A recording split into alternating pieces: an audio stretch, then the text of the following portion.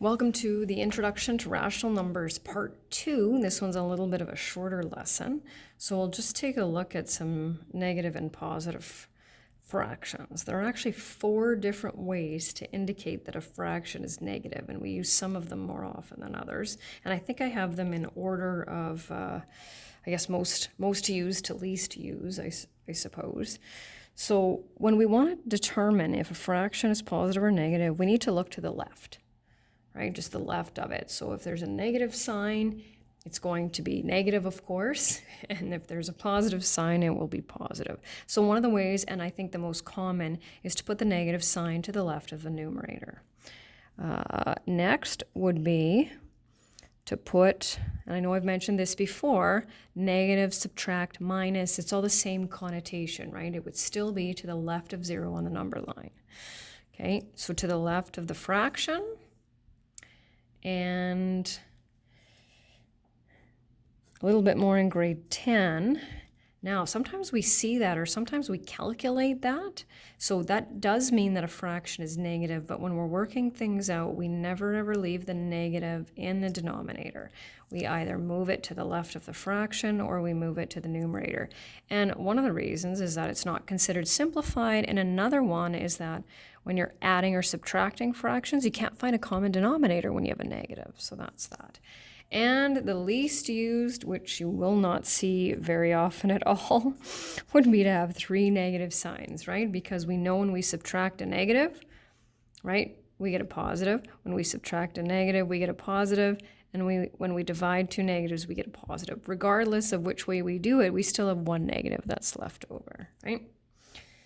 And there are 4 different ways to indicate that a fraction is positive. And of course, one is, right? So we look to the left, and since there's no negative sign, we can assume it to be positive, which means it would be to the right of 0 on the number line.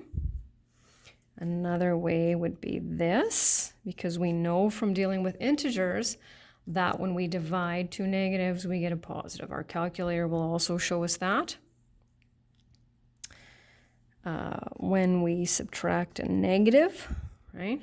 So we know that when we subtract a negative, we get a positive, and we can also do it that way. So I've got a few equivalent rational numbers here. So I have negative 6 over 2. You can take a look. They are all equivalent, right? And they are all equivalent to negative 3. And then the last one for this part, so it says compare using less than, greater than, or equals to. Now, depending on where you are with your skill set, you can definitely use a calculator for this. So the first one I have is when the denominators are the same, but the numerators are different. So which one is different? Sorry, which one is greater? That would be 5 over 8. And if you wanted to use your calculator, if you found it easier to convert them to decimals, just to determine which one's bigger, you could definitely do that too. So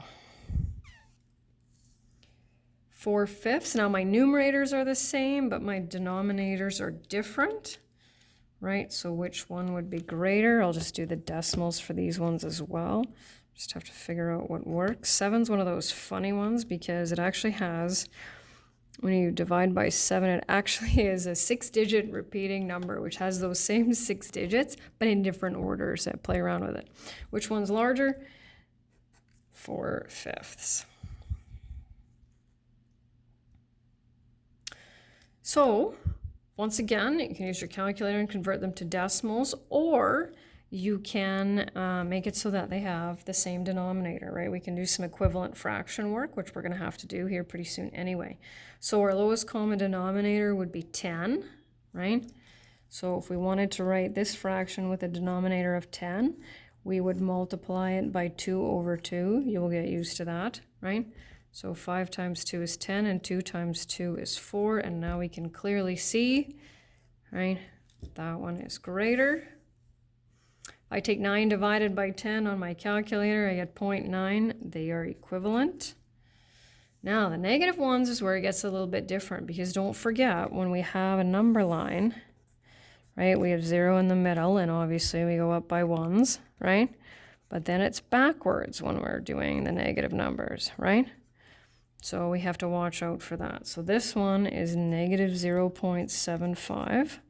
This is negative 0.66 repeating. So if you can imagine where these are on the number line, that's great because that is a lesson that's coming up. So which one is greater? That would be the negative 2/3. And the last one, so sometimes students will look at this and they have a hard time determining which one is larger until I put a 0 in there, right?